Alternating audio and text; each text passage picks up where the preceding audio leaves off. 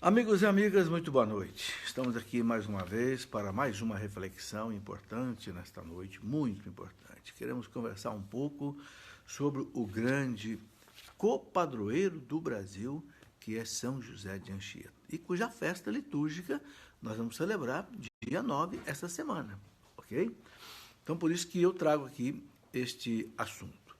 Eu, estudando a vida de São José de Anchieta, inclusive, fui fazer um documentário, um vídeo, lá na região que ele viveu, na região de Santos, São Vicente, Iperoig, Ubatuba, também aí Itanhaém. Eu fiquei tão impressionado com a vida dele que até escrevi um livro sobre José de Anchieta, a vida dele. E quero propagar essa devoção, porque realmente é um santo extraordinário. Brasileiro, não brasileiro assim, não nasceu no Brasil, mas viveu aqui a vida inteira, 44 anos praticamente, entregou a sua vida aos índios, foi o primeiro evangelizador do Brasil, por isso ele é chamado de o apóstolo do Brasil. E é impressionante que ele foi,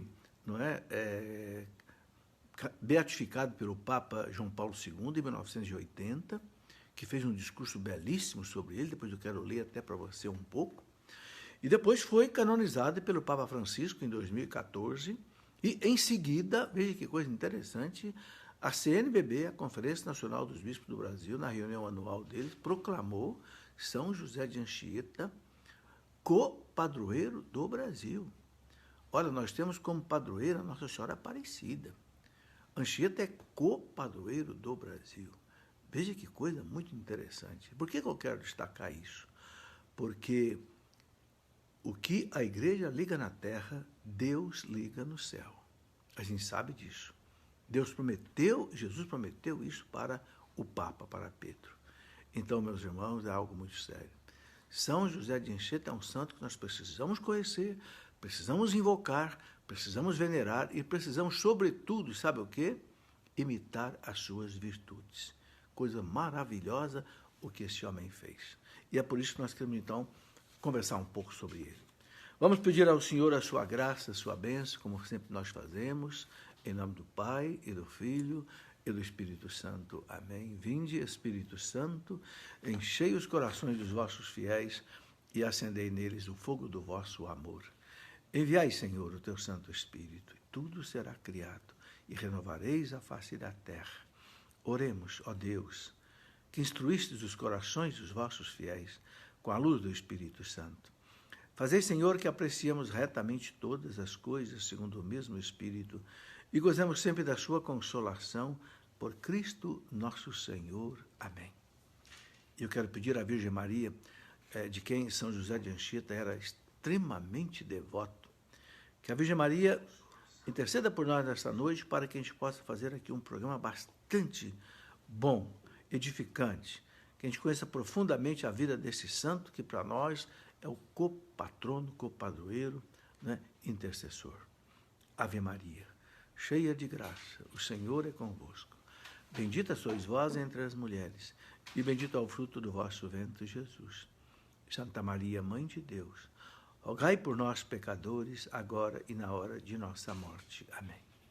Glória ao Pai, ao Filho e ao Espírito Santo, como era no princípio, agora e sempre. Amém. São José, rogai por nós. São José de Anchieta, rogai por nós. Em nome do Pai, do Filho, do Espírito Santo. Amém.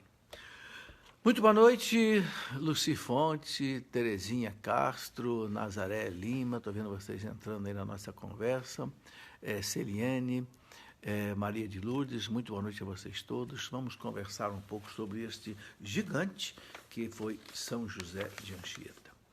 Bem, nós sabemos que ele nasceu lá em Tenerife, né?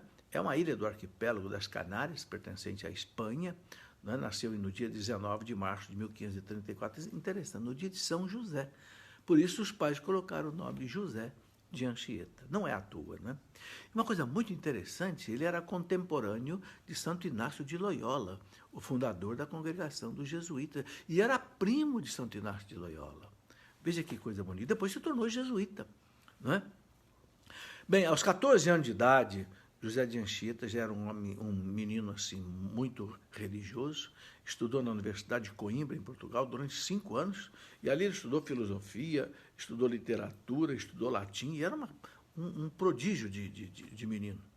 Né? Sabia o latim perfeitamente, sabia muito de filosofia, né? E ele ajudava as missas, que ajudava 5 missas, às vezes, por dia, em jejum, porque naquele tempo a igreja exigia 3 horas de jejum. Né? Uma coisa, e já mostrava sinais assim de êxtase nas suas orações. Muito bem. E é interessante que ele tinha uma tuberculose óssea, que inclusive fez ele ficar assim meio corcunda, né? E era muito doente, inclusive foi difícil ele ser aceitado na congregação dos jesuítas, mas ele acabou entrando. Né? Ele lia muito as cartas de um outro jesuíta contemporâneo, amigo também de Santo Inácio de Loyola, que era São Francisco Xavier, que estava lá nas Índias, na China, evangelizando, e São Francisco Xavier mandava cartas ali para a Espanha, pedindo missionários, e José de Anchieta, ele lia essas cartas e ele queria ser um missionário. Por isso, com 17 anos de idade, ele ingressou na Companhia de Jesus, exatamente em 1551, e essa congregação que foi fundada pelo seu primo, Santo Inácio de Loyola, em 1539. Veja, foi fundada em 1539 e 1551, né? Aí, poucos anos depois, praticamente aí 12 anos, ele já estava na Companhia de Jesus. Né? Bem, com 19 anos ele veio para o Brasil. Por quê? Porque já estava aqui no Brasil há 4 anos o grande Manuel da Nóbrega, né? Que veio para evangelizar também os índios, ele e alguns padres jesuítas. Né? E Nóbrega pediu para Portugal, né, que mandasse mais assim, evangelizadores aqui, porque começava a evangelização dos índios, uma evangelização muito difícil. Então, o José de Anchieta, com 19 anos de idade, ele era apenas ainda seminarista, não tinha nem sido ordenado. Ele só foi ordenado com 32 anos de idade, depois aqui no Brasil, né, na Bahia. E ele veio na armada do segundo governador-geral do Brasil, que era Dom Duarte da Costa, né? Porque Portugal tinha os governadores aqui no Brasil, Mendes Sá, Estácio de Sá, Duarte da Costa, que eram todos católicos, todos preocupados também com a evangelização do Brasil, porque o rei de Portugal, Dom João III, ele queria muito evangelizar o Brasil. Né? Eu tenho aqui, inclusive, uma citação muito interessante de Dom João III, numa carta que ele mandou a Tomé de Souza, né, um dos governadores do Brasil, no regimento que ele entregou para o Tomé de Souza observar aqui, né, no Brasil, de 1548, onde ele diz assim, veja bem, uma citação de Dom João III, a principal causa que me moveu a mandar povoar as ditas terras do Brasil foi para que a gente dela se convertesse à nossa fé católica. Olha que interessante. O rei de Portugal, Dom João III, 1548, dizendo a Tomé de Souza que ele mandou exatamente aqui com o propósito de evangelizar, né, os índios, né, e converter à fé católica. É uma citação, né, que nós encontramos aí em HPCB, Porto, né, de 1924, né? Muito bem. Eu quero informar você que, se você quiser, você pode mandar perguntas sobre Anchieta, que hoje eu tenho aqui como responder as perguntas. Bom, então, nesse espírito, os reis de Portugal eram muito católicos, então, com Dom Manuel Venturoso, Dom João II, Dom João III. Né? É interessante que a gente vê a carta de Pero Vaz de Caminha, quando ele escreve para o rei de Portugal, né? Ele que era o escrivão de Pedro Álvares Cabral, ele fala para o rei de Portugal, né, que aqui no Brasil era uma terra muito boa, tudo que se plantando dava, mas que, sobretudo, a melhor coisa que existia aqui era que poderia evangelizar os nativos.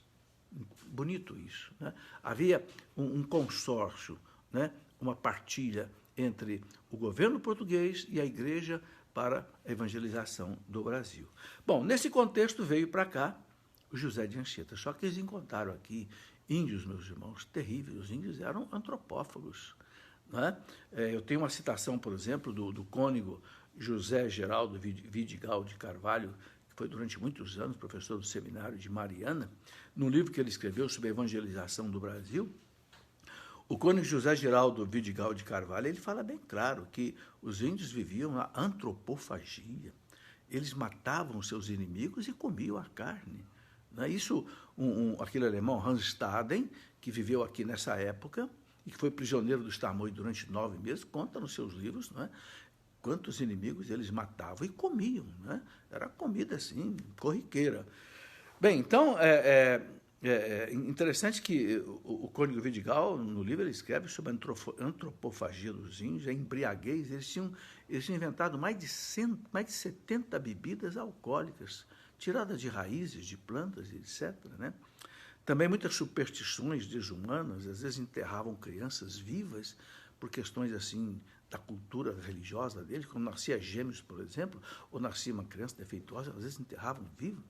O Papa Anchieta um dia desenterrou uma criança, né, e que continuou a viver. Foi uma verdadeira ressurreição. Bom, o cônego Vidigal fala também da poligamia. Eles tinham várias esposas, né? Também havia troca de mulheres entre eles. Depois também aquelas lutas entre as tribos, aquelas lutas intestinas, onde os vencidos eram mortos e eram comidos, né, pelos vencedores. Bom, o Anchieta, nessa sede de evangelizar os índios, a primeira coisa que ele fez foi estudar durante 6 meses e aprendeu o Tupi-Guarani. Impressionante, ele escreveu a primeira cartilha, podemos dizer cartilha na língua Tupi-Guarani, escreveu um catecismo na língua Tupi-Guarani, exatamente para poder, a primeira gramática, né, que existe, né, na língua Tupi-Guarani, foi Anchieta quem escreveu. E Anchieta foi um grande historiador, porque ele escreveu muito sobre essa história do Brasil aqui. Ele escrevia para o próprio tio dele, que era o fundador dos jesuítas, né, Santo Inácio de Loyola. Tem várias cartas dele. Né? Eu tenho aqui um livro, posso mostrar aqui, né, um livro grosso que você vê aqui. São as cartas, né, que Anchieta escreveu, né, durante o tempo dele. Olha, um livro aqui que tem mais de o quê? Quantas páginas aqui a gente pode ver aqui? 562 páginas. São as cartas. Então, Anchieta ele é considerado um dos maiores e primeiros historiadores do Brasil. Eu li pelo menos uns 4 livros de Anchieta. Tem aqui um outro, né, A Vida de Anchieta, de Antônio de Queiroz Filho. Tem um livro muito bom também do Anchieta, que é de um jesuíta chamado Viotti, excelente, um livro de quase 400 páginas, e que mostra muitos testemunhos maravilhosos sobre a vida do Anchieta.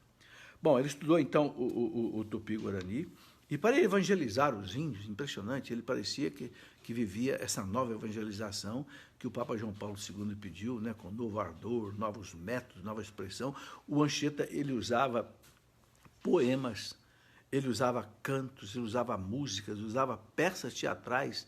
Ele atraía muitos índios para a evangelização, pelas peças teatrais, né, para transmitir conhecimentos aos nativos. Esses dias eu li um depoimento de um professor de história, né, dizendo exatamente isso, que Anchieta ele conquistava os índios para a fé católica, não assim exatamente pela conquista, né, pelo convencimento. Não era pela força, não era pela violência, não. Inclusive, um papel maravilhoso que Anchieta fez, e também todos os jesuítas no Brasil, foi proteger os índios contra a exploração dos colonizadores. Porque, infelizmente, muitos colonizadores que vieram para o Brasil, tanto portugueses quanto espanhóis na América Espanhola, vinham aqui com sede de ouro, sede de riquezas, e levando pau-brasil para lá, levando ouro. O que os jesuítas faziam? Eles criaram as chamadas reduções, especialmente no Paraguai. Né? Essas reduções haviam mais de 150 mil índios que viviam o quê? Em comunidades, onde os jesuítas os protegiam contra a exploração, contra a escravização, educavam, ensinavam e evangelizavam. Claro, estavam fazendo aquilo que Jesus mandou os apóstolos fazer, ir pelo mundo inteiro. Pregai o evangelho a todas as criaturas, batizando em nome do Pai, do Filho e do Espírito Santo. Também esses homens obedeceram o Cristo até o fundo da alma. Essa história de que os jesuítas destruíram a cultura dos índios é uma grande mentira. Porque o que eles fizeram aqui? Fizeram a inculturação do evangelho. Quando o Papa João Paulo II falava da inculturação do Evangelho, ele dizia, o que é a inculturação do Evangelho numa cultura? É você, né, fazer o Evangelho penetrar numa cultura e purificar essa cultura. É isso que o Evangelho tem que fazer. Ora, os evangelistas chegaram aqui, os jesuítas, especialmente José de Anchieta, encontravam índios que eram antropófagos, comiam e matavam os inimigos. Anchieta mesmo, por 2, 3 vezes, quase que ele foi morto. Depois eu quero contar aqui alguns episódios desse tipo. Manuel de Nóbrega, a mesma coisa. O primeiro bispo brasileiro, D. Pedro Fernando Sardinha, foi morto pelos índios caetés e foi comido pelos índios, com mais um grupo, talvez, aí de uns 50 a 100 missionários que estavam com ele. Claro que o evangelho tem que chegar aqui e tem que destruir essa coisa horrorosa, essa carnificina, né? Essa antropofagia, depois a troca de mulheres, depois tudo isso que não é cristão, a bebedeira, né? As superstições. Então, o evangelho entra na cultura para purificar a cultura. Mas quem não entende isso, quem não entende o mandato de Cristo, que mandou os evangelizadores irem para o mundo pregar o evangelho, ensinai a viver em tudo que eu prescrevi, é o que eles fizeram. Quem não entende isso, acha que foi uma destruição da cultura. De jeito nenhum, foi uma purificação da cultura. Muito bem. Então, Anchieta viveu todo esse tempo. E ele, quando chegou no Brasil, chegou aqui na Bahia, né? E logo o Manuel de Nóbrega, que estava em São Vicente, chamou ele para São Vicente.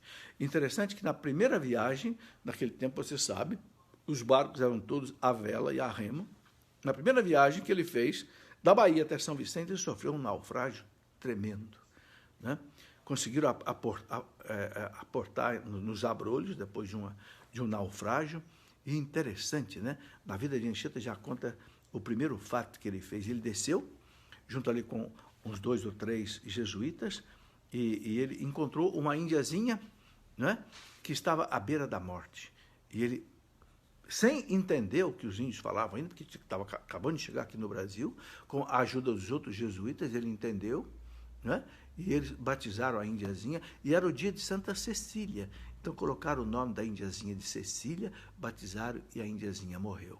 Foi o primeiro fato que aconteceu com o Anchieta aqui no Brasil. Bom, depois, ele em 1566, ele foi nomeado já superior, né, em São Vicente, e ele esteve com um jesuíta importantíssimo, que era visitador do jesuíta aqui no Brasil, que era o padre Inácio de Azevedo, que foi martirizado. O padre Inácio de Azevedo ele foi martirizado com seus 39 companheiros, não é, pelos calvinistas protestantes franceses em 1574, quando eles vinham para o Brasil. O que aconteceu? Né? O Nóbrega, Manuel de Nóbrega, pediu mais evangelizadores para o Brasil. O visitador, que era o padre Inácio de Azevedo, voltou para Portugal, Espanha, e ia trazendo 39, né, missionários com ele. Foram atacados pelos corsários franceses calvinistas e todos foram mortos, todos martirizados. E tem a festa deles no calendário litúrgico da igreja. Bom, e o padre José de Anchieta conviveu aqui com o padre Inácio de Azevedo, esse grande mártir jesuíta. Bom, depois, em 1578, só para ter uma história assim rápida da vida do padre Anchieta, 1578, ele foi nomeado provincial no Brasil. Olha, foi uma missão tremenda. Ele viajava de São Vicente ao Rio de Janeiro, a Vitória no Espírito Santo, Salvador e Recife, onde havia já casas jesuítas, mas casas muito simples, feitas de taipa, não é? Onde era uma coisa muito precária. Você imagina aí o Brasil no primeiro século da sua colonização, né? Esses foram verdadeiros heróis, né? E o Anchieta, ele viajava num barquinho que ele chamava de Santa Úrsula, porque Santa Úrsula é a padroeira dos navegadores.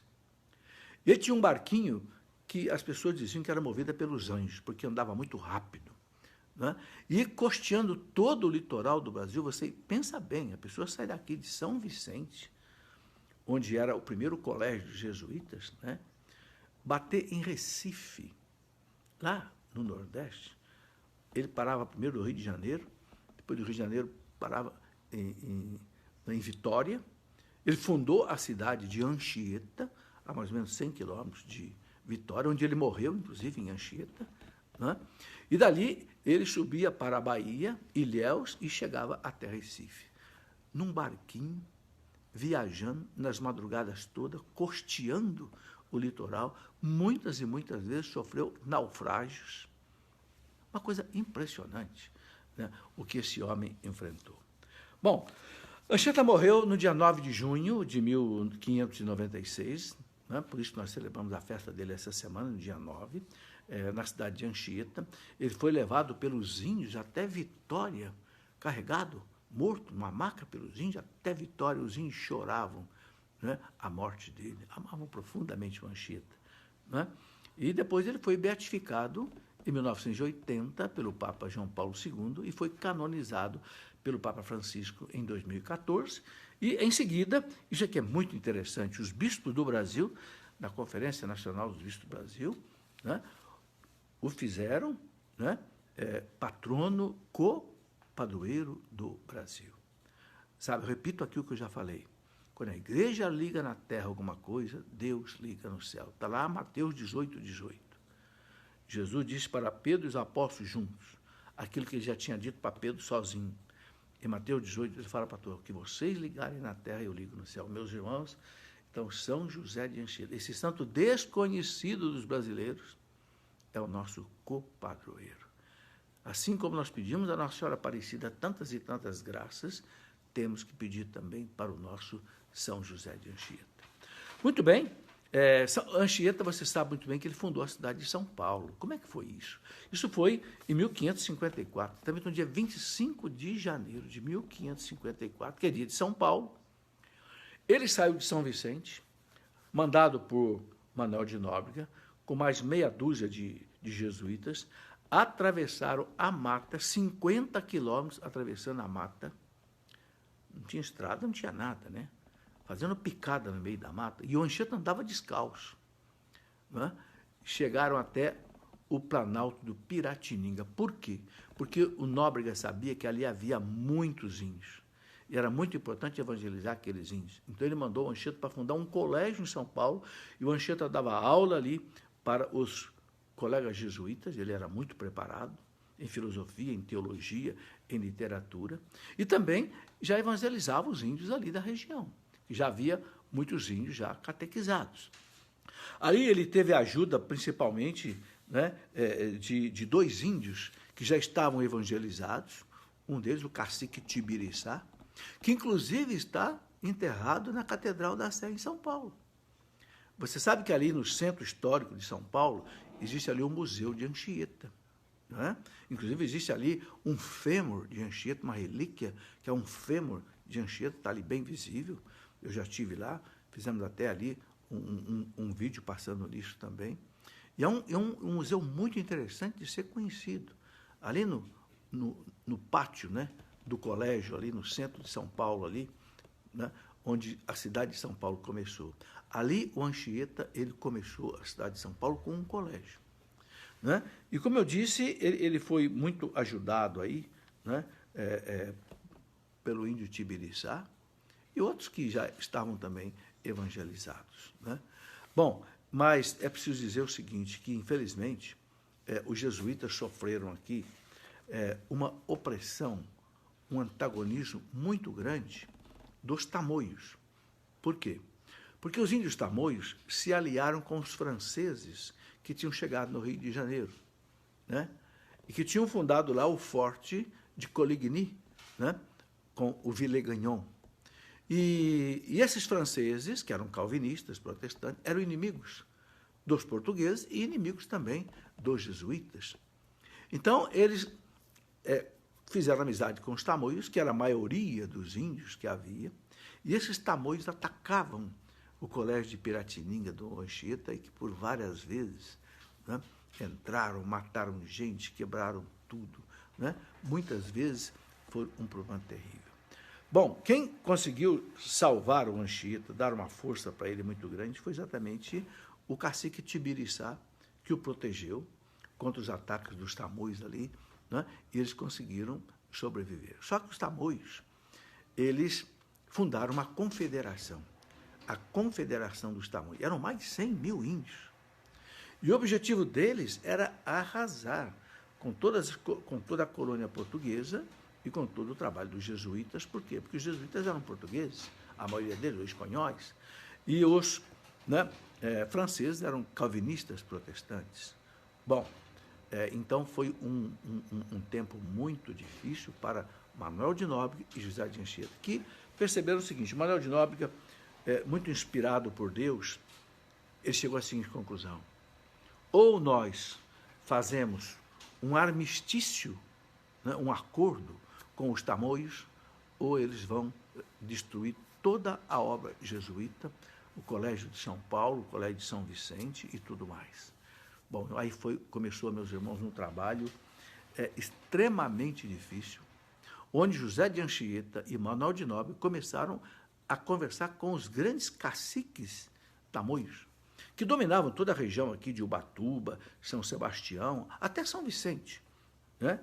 E ali eles muitas vezes tiveram suas reuniões com esses caciques. Quem eram esses caciques? Bom, vários deles, por exemplo, vou citar aqui alguns nomes, né? Um deles, o Cunhambebe, que era um cacique que vivia na região da ilha de Anchieta, ali em Ubatuba, né? Depois tinha o Aimberê. O Aimberê era um cacique do Rio de Janeiro, que vinha para a região de São Vicente, né? E ele, inclusive, tinha uma filha que era casada com os franceses, então era aliado dos franceses. Mas o Anchieta conseguiu, com o Manuel de Nóbrega, em Ubatuba, que era chamado de Iperoig, eles reuniram com esses caciques todos, né? E ali eles conseguiram fazer um armistício, um acordo. Envolveram também as autoridades portuguesas que estavam em São Vicente, né? E, inclusive, esse trabalho todo que foi feito em São Vicente, que foi feito em Ubatuba, né? Foi muito difícil. Inclusive, Manuel de Nóbrega precisou deixar a reunião ali com 4 caciques, né, tamoios. Ele precisou ir a São Vicente para negociar também com as autoridades portuguesas, que já haviam aqui no Brasil. Mas aí os índios exigiram, né, que o José de Anchieta ficasse preso dos tamoios em Iperoig, que é Ubatuba, durante 4 meses, né, sem poder sair dali. E foi um sofrimento terrível para o Anchieta, né?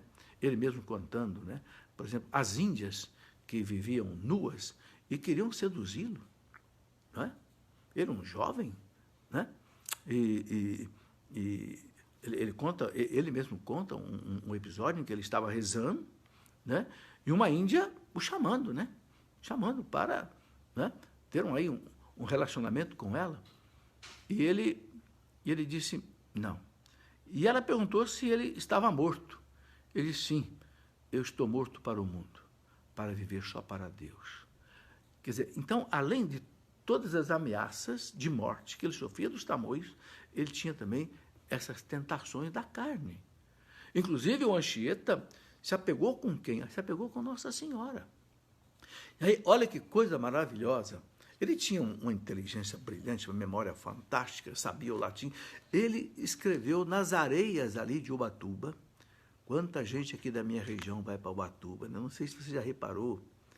Bem ali na cidade, no centro da cidade de Ubatuba, na praia, tem uma imagem do Anchieta ali com a varinha escrevendo no chão. É só você sair da igreja matriz ali, de Ubatuba, em direção à praia, que você vai ver isso. Está lá uma grande imagem do Anchieta, ele escrevendo. Por quê? Porque, meus irmãos, o Anchieta, que não tinha papel, ele escreveu nas areias de Ubatuba 5.876 versos a Nossa Senhora. É um livro que o Fagundes Varela publicou no Rio de Janeiro depois, né? E o Anchieta, ele guardou na memória dele esses 5.876 versos da Nossa Senhora. E quando ele pôde se libertar dos tamoios, depois de 4 meses, que chegaram ao armistício, chamado armistício de Peroig, onde os tamoios e os portugueses fizeram um acordo, e acabou, então, a violência dos tamoios contra eles, então, o Anchieta colocou no papel, em São Vicente, 5.876 versos. Veja que coisa impressionante. Sabe, são coisas que a gente não conhece. O povo brasileiro não conhece. Desse santo que é o nosso copadroeiro. É por isso que eu estudei tudo isso, escrevi um pequeno livro sobre tudo isso, né? E estou aqui fazendo hoje esta reflexão. Eu quero contar, por exemplo, um fato muito interessante que aconteceu com o Anchieta ali em Ubatuba. Um dos índios, chamado Aimberê, que veio do Rio de Janeiro, era cacique tamoio do Rio de Janeiro, odiava os portugueses e odiava os jesuítas. Um dia, o Anchieta estava com o Manuel de Nóbrega caminhando na praia ali em Ubatuba. E, de repente, eles perceberam um barco com uns 30 índios, mais ou menos, que eles usavam um barco feito de jatobá, que chegava a caber aí 30 índios num barco desse, que eles cavavam de um grande tronco de jatobá. Perceberam um barco vindo com muita velocidade, remando na direção deles. E eles perseguiram que vinham para matá-los. E eles correram em direção ao cacique de Ubatuba, que chamava Pindobussu, que já era amigo deles. Era um velho cacique que, né, Anchieta tinha feito uma amizade com ele. É uma história muito interessante, muito longa. E eles dispararam na praia, só que o Manuel de Nóbrega já era doente, já era mais velho, cansado, tinha feridas no corpo. E eles começaram a correr. Tiveram que atravessar um rio para poder chegar até a cabana do Pindobussu, que eles esperavam que o Pindobussu os protegesse contra, né, lá esse filho do Aimberê, que vinha para quase que matá-los, né? Só que no meio dessa travessia toda, né, no meio da travessia do rio, ele carregando o Manuel de Nóbrega nas costas, eles caíram dentro do rio, molhados, e chegaram, né, com muito custo, né, chegaram até a cabana lá do Pindobussu. Só que o Pindobussu não estava. Aí eles perceberam que iam morrer. Perceberam que aí tinha chegado a hora da morte deles. E quando os índios chegaram, né, mais de 30 índios, né, já com o propósito de matá-los, né, conversaram, e na hora que o índio, o filho do Aimberê, eu tenho o nome dele aqui, depois de uma hora eu vou dizer, porque são tantos nomes desses índios, né, que a gente nem consegue guardar todos eles, chamava-se Paranaguaçu. O Paranaguaçu, né, filho do Aimberê, levantou o tacape para matar o Anchieta. Eles matavam assim, davam com o tacape na parte de trás da cabeça, era uma vez só. O crânio, né, o cérebro saía da cabeça. Assim que eles matavam os inimigos. Esse rapaz, esse índio, né, novo, filho de Ido, né, quando levantou esse tacape, o Anchieta olhou para ele e o tacape caiu da mão dele. E ele não pôde matar o Anchieta. E ele disse: esse ninguém mata, Tupã não deixa. Quem é Tupã? Tupã era o deus dos índios, né? Esse índio que queria matar o Anchieta não conseguiu. Um milagre, né? Porque na vida do Anchieta tem muitos e muitos milagres. Eu quero aqui responder algumas perguntas, e se eu tiver tempo, eu quero contar um pouco desses fatos extraordinários da vida do Anchieta, né? Eu narro todos esses num livro que eu escrevi, né? A Vida de São José de Anchieta. Bom, eu tenho aqui a pergunta da Conceição Abreu Pestana. Ela fala assim: li há muito tempo que era muito extensa a orla para eles chegarem em devido lugar, e muitos percebiam ou achavam que os anjos conduziam tal velocidade que ele alcançava. De fato, as pessoas diziam que o barquinho do Anchieta, né, o Santa Úrsula, andava com uma velocidade muito maior do que os outros. E há essa história mesmo de que os anjos o conduziam. Há fatos extraordinários na vida do Anchieta, né? Por exemplo, uma vez o Anchieta ele estava atravessando o rio Tietê, que naquela época era um rio muito mais caudaloso do que hoje, né? E numa cachoeira, né, ele estava com 2 índios num barco e mais um padre jesuíta, e eles iam numa missão, numa aldeia indígena. Bem, o que aconteceu? O barco virou, o barco afundou, e o Anchieta não sabia nadar. E o Anchieta foi a fundo. Os 2 índios que estavam com ele gostavam muito dele. E os 2 índios mergulharam, salvaram primeiro o padre, que estava junto também, um outro jesuíta, e os índios nadavam muito bem, mergulhavam muito bem. Os índios mergulharam e não acharam Anchieta. Voltaram, né, para as margens do rio e desesperados porque não acharam Anchieta. Mas um dos índios ficou tão triste, desassossegado, que mergulhou de novo. Mergulhou de novo e chegou até o fundo do rio. Diz que encontrou o Anchieta sentado no fundo do rio, com o breviário, a liturgia das horas que ele estava lendo no barco, lá no fundo do rio. O tomou pela mão, trouxe para fora. Isso está muito bem documentado em vários livros. Um verdadeiro milagre. Né? Um dos padres contemporâneos do Anchieta que narra diz que era o tempo suficiente do Anchieta morrer afogado. Né? Quando perguntaram para ele o que ele fazia, ele disse: eu só me preocupei com 3 coisas.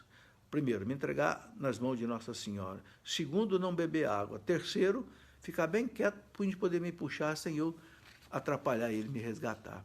Foi a resposta que ele deu para o índio que eu trouxe para fora. Sabe, tantos e tantos fatos. Bom, aqui o Adriano Ribeiro pergunta o seguinte: pena que muitos tentam deturpar a imagem desse santo. É verdade. Mas nós, cristãos católicos, devemos saber como ele colaborou na evangelização dos índios. Uma coisa impressionante. Gostaria que vocês lessem esse livro. Pois os índios tinham costume pagãos, como a tribo vencedora comer os derrotados. É isso mesmo, antropófagos. Os índios amavam São José de Anchieta, choravam copiosamente sua morte. Obrigado, professor, por esse ensino. É verdade. Sabe, eu queria que você lesse o livro do Padre Viotti. O livro que eu escrevi é uma síntese de 4 livros, né, de bons historiadores, inclusive do próprio Anchieta, palavras do próprio Anchieta. Né?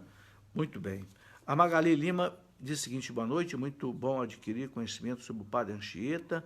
Não se fala muito sobre ele aqui no Brasil, apesar da sua importância. Infelizmente, uma propaganda maldosa contra os Anchietas, desde que eles foram expulsos no Brasil pelo Marquês de Pombal, né, fez com que ficasse uma má fama dos jesuítas aqui, uma fama não só deles, mas da igreja, como se a igreja atrapalhasse a cultura dos índios. Nada, é aquilo que eu já expliquei.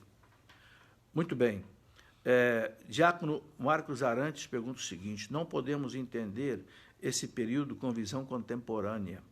Temos que nos remeter ao período com a visão do período histórico, e a igreja, com sua visão histórica, né, nos ensina isso. Claro. Sabe, meus irmãos, o que esses homens fizeram no Brasil foi uma coisa impressionante. Quantos mártires morreram aqui para evangelizar o Brasil? Por que o Anchieta é chamado o apóstolo do Brasil? Por que é o copadroeiro do Brasil? Tem um sentido muito profundo. Bem, a Vera Lúcia Castilha, e os índios que são mortos hoje, quem vai assisti-los? Bom, hoje é outra realidade. Hoje existe a FUNAI para cuidar desses índios, né? A responsabilidade aí agora é do governo da FUNAI, que tem a responsabilidade de cuidar deles, que estabeleceu territórios para eles viverem. Né? A gente sabe que existem esses conflitos entre os índios, os grileiros e tal. Aí a igreja não está mais nessa questão. A igreja tem uma missão de evangelização, de levar Cristo para eles, levar o evangelho para eles, mas a questão da proteção dos índios realmente hoje é uma questão governamental. Guina Nascimento. Sem esquecer que os jesuítas trouxeram a assistência médica e o cristianismo para que índios e depois os escravos parassem com seitas que tinham como ritual beber sangue de animais que causavam doenças e infectava os exploradores. Né? É uma colocação aqui da Dina Nascimento. A Vânia Veras coloca o seguinte: os jesuítas são retratados por alguns historiadores de catequizar os índios para aproximá-los aos latifundiários, com o intuito da prática da mão de obra na agricultura e outras tarefas. Qual a versão cristã da atuação do Padre Anchieta nesse contexto? A versão católica muito clara, nesse livro a gente pode ver, os índios, os jesuítas, nas reduções, protegiam os índios contra a exploração, contra a escravização dos índios feita pelos exploradores. Né? Basta ler, por exemplo, o que escreveu o padre Antônio Vieira, aqui no Brasil, sobre isso, né? E tantos outros padres que escreveram. Né? Tem documentos e mais documentos da Igreja contra a escravidão, desde 1500 e pouco. Né? Gilson Jesus, boa noite, professor. Gostaria muito de conversar com o senhor. Como faço? Bom, aqui eu vou deixar para você um meio de você conversar com a gente pelo e-mail assessoria1@cleofas.com.br. Ok? É da minha assessora, assessoria1@cleofas.com.br. Bem, eu gostaria de aproveitar esse tempo que ainda temos aqui para contar alguns fatos interessantes da vida do Anchieta. Né? São tantas e tantas coisas. Olha, para vocês terem ideia, no processo de beatificação do Anchieta, foram catalogados mais de 5.400 milagres feitos por Anchieta. Inclusive, foram tantos milagres que o Papa Francisco dispensou um milagre específico para a canonização dele. O Papa pode fazer isso. Porque eram tantos relatos de milagre que o Papa disse, nem precisa um milagre específico. O canonizou em 2014. Então, a abundância de milagres dele. Mas eu gostaria de lembrar aqui algumas coisas interessantes. Né?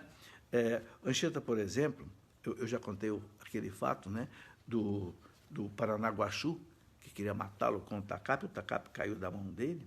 Né?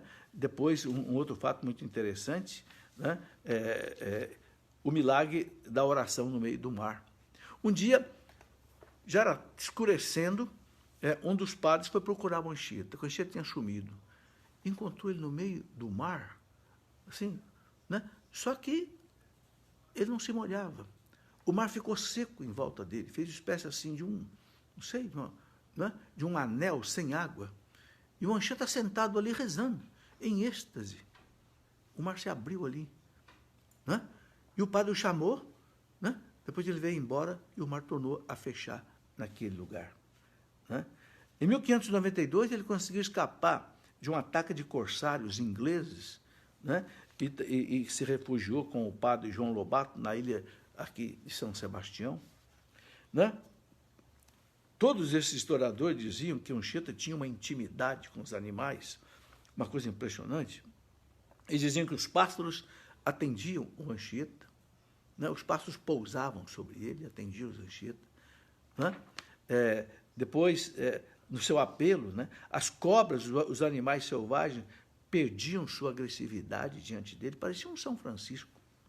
As tempestades eram acalmadas. Um dia ele estava fazendo uma pregação para os índios, né, uma espécie de um teatro, e o tempo fechou e ia desabar um temporal. E o pessoal queria ir embora. Né? Os índios gostavam muito dos teatros que o Anchieta fazia, as encenações. Né?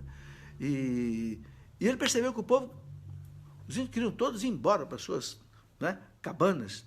Ele disse, não precisa ir, não vai chover. A chuva só vai cair depois que nós terminarmos toda essa encenação. E dito e feito. Depois que os índios terminou a encenação, os índios foram embora, a chuva desabou. Outro milagre que é muito contado pelos historiadores, pelos biógrafos do Anchieta, é o milagre, por exemplo, dos peixes, né, da pesca. Muitas vezes ele chegava numa região e os índios não conseguiam a pesca, porque viviam muito de pesca, né? Mas às vezes, dependendo da época do ano, eles não conseguiam pescar, sobretudo no inverno e tal. E ele chegava numa aldeia e ele dizia, que peixe vocês querem pegar? Ah, queremos pegar tal peixe. Ele indicava o local. Vão naquele local ali, lance a rede ali. E os índios lançavam a rede ali e pegavam muito peixe. Isso várias vezes é contado na história de Anchieta. Né? Um outro fato muito interessante, né, é a multiplicação de vinho, que às vezes acabava deles, óleos, e o Anchieta, né, o vinho e o óleo se multiplicavam às vezes nas vasilhas. Né? Eles curavam os doentes com uma bênção, com um crucifixo. Vários casos de ressurreição. Contei já o caso aqui de um índiozinho que foi enterrado vivo. Né?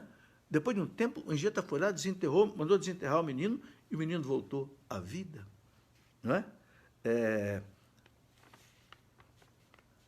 E assim a gente vê muitos outros fatos. Por exemplo, um outro milagre que é contado na vida dele, um índiozinho, né, que era assim, anãozinho, e que era todo travado. Né? O Anchieta deu uma ordem para ele, levanta. Deu uma bênção para ele com um crucifixo, disse, levanta. O índiozinho levantou, saudável, né, sem nenhum problema físico mais. Né? Outro caso de um menino mudo, que voltou a falar, né? E ele tinha também muita palavra de ciência. Né? Há um caso que ele conta em que um irmão jesuíta, né, na Bahia, estava colocando um sino na igreja que eles tinham construído. Ele falou para o rapaz assim, o irmão jesuíta, coloque esse sino muito bem, porque a primeira vez que esse sino tocar vai ser na sua morte. E o rapaz não era doente nem nada. Uma semana depois, o rapaz morreu e os sinos tocaram. Palavra de ciência, palavra de sabedoria. Bom, e assim a gente tem, meus irmãos, muitos fatos interessantes na vida do Anchieta. Eu, quando eu comecei a ler a vida dele, fiquei impressionado. Comecei a ler mais livros, li uns 4, 5 livros, e até eu digo, eu vou escrever um livro, fazer uma síntese disso tudo. Escrevi um livro aí, mais ou menos, umas 120 páginas, resumindo toda essa história, porque, infelizmente, a maioria de nós brasileiros não conhece a história, a vida e a proteção que nós temos que ter do padre José de Anchieta. Né? Esse homem que viveu aqui 44 anos, chegou aqui com 19 anos, viveu 44 anos, né? Em São Vicente, em São Paulo, em Vitória, na cidade de Anchieta, na Bahia, em Recife, viajando por esse litoral todo num barquinho à vela, né? A sua Santa Úrsula, que ele chamava tanto, né? Enfrentando muitas vezes naufrágios para evangelizar. Uma frase dele que marca muito é a seguinte: nada é árduo aos que têm por fim somente a honra de Deus e a salvação das almas. Olha que síntese bonito. Nada é árduo aos que têm por fim somente a honra de Deus e a salvação das almas. Bem, eu gostaria de completar aqui essa nossa conversa, lendo para vocês um pouco daquilo que o Papa João Paulo II disse em 1980, quando ele beatificou o Anchieta. Ele disse assim: terá vindo o padre Anchieta como um soldado em busca de glória ao Brasil? Um conquistador em busca de terras? Ou um comerciante em busca de bons negócios e dinheiro? Não. Veio como missionário, para anunciar Jesus Cristo, para difundir o Evangelho. Veio com o único objetivo de conduzir os homens a Cristo, transmitindo-lhes a vida de filhos de Deus, destinados à vida eterna.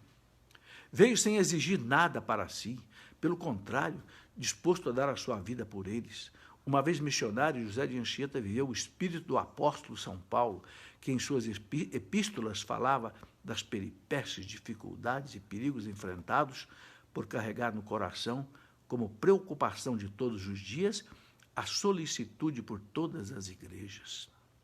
Numa carta de 1º de junho de 1560, revelando a sua ânsia de conduzir ao Senhor os povos desse país, Padre José de Anchieta escrevia textualmente, né, para Inácio de Loyola, abre aspas, por este motivo, sem nos deixar intimidar pelas calmarias, tempestades, chuvas, correntezas espumantes e impetuosas dos rios, procuramos sem descanso visitar todas as aldeias e vilas, quer dos índios, quer dos portugueses, e mesmo de noite acorremos aos doentes, atravessando florestas tenebrosas, à custa de grandes fadigas, tanto pela aspereza dos caminhos, como pelo mau tempo.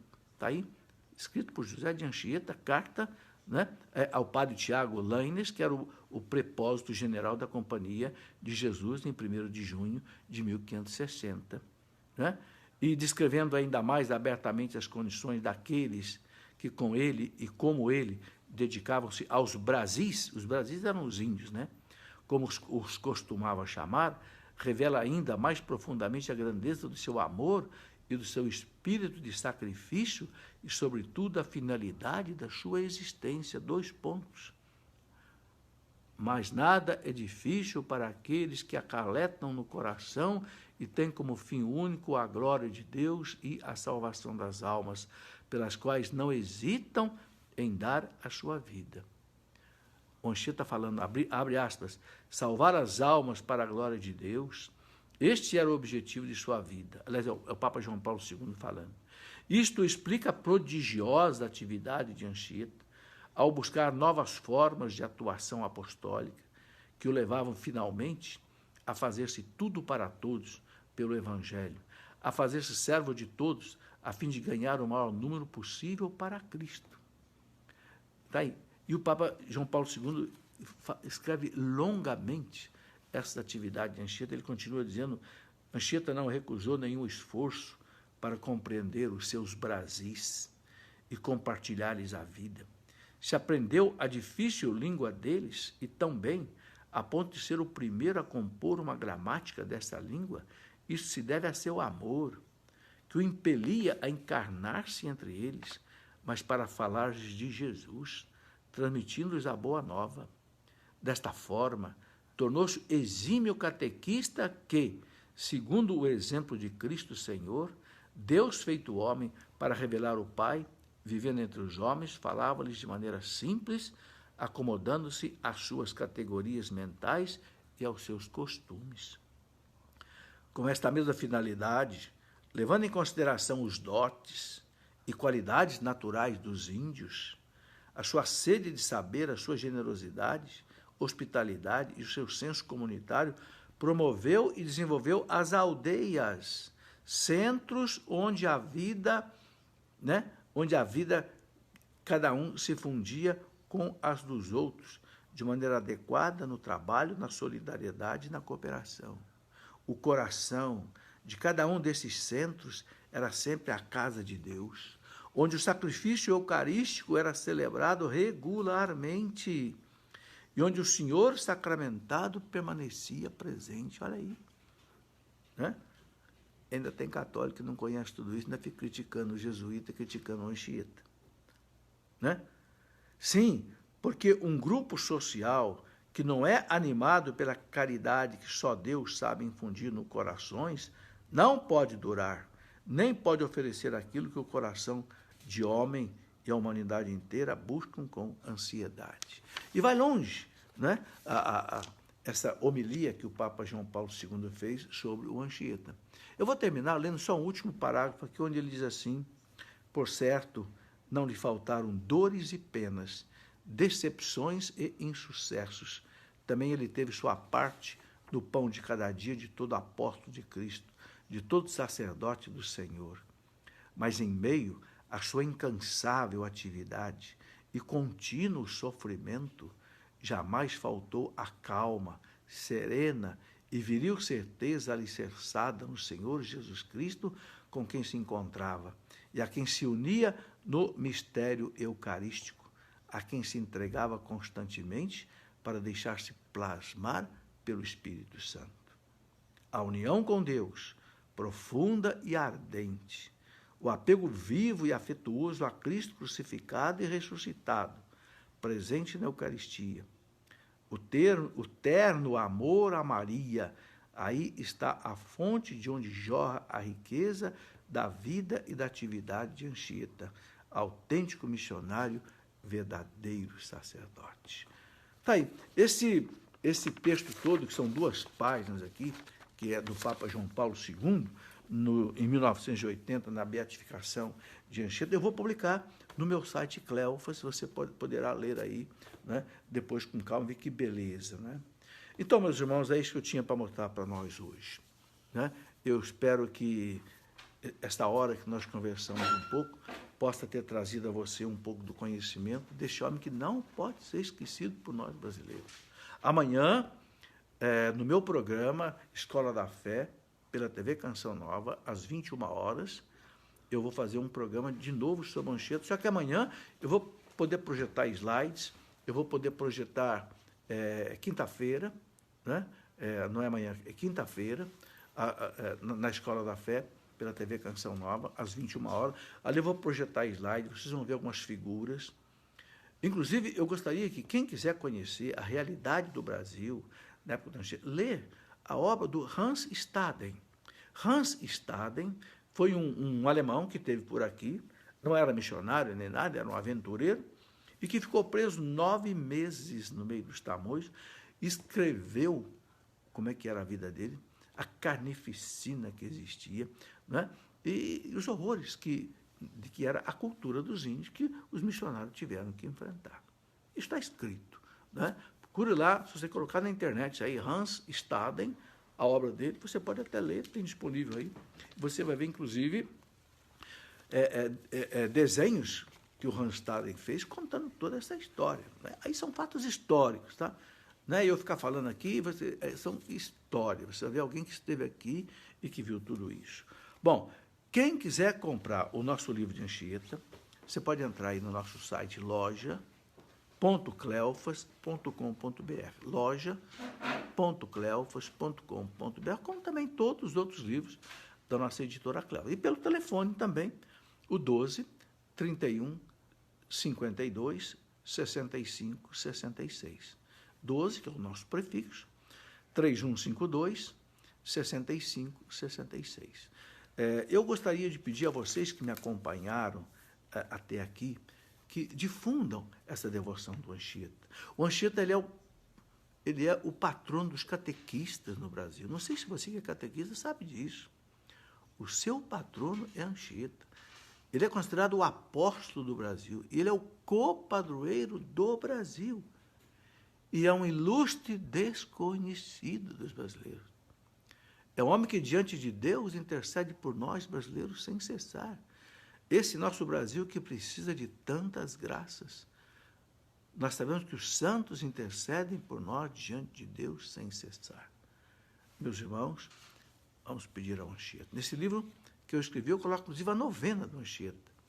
Né? E lá na cidade de Anchieta, né, no Espírito Santo, tem ali o Santuário Nacional do Padre José de Anchieta. Eu gravei um documentário que eu estou colocando por partes no meu Facebook. Já colocamos a primeira parte, vamos colocar uma segunda. São 4 partes, que é um documentário de mais ou menos 1 hora, que você pode aprofundar no conhecimento do Anchieta. Muito bem, que esse grande santo, copadroeiro do Brasil, interceda por nós todos, interceda por esse nosso Brasil, para que esse nosso Brasil seja aquilo que Deus quer que ele seja. Eu agradeço a você que me acompanhou até agora, estou vendo aí Helena de Lima, Valdemar Alves, né? E antes de embarcar nessas mentiras que são colocadas sobre os missionários que vieram aqui para o Brasil, que você conheça as histórias todas e saiba defender a verdade.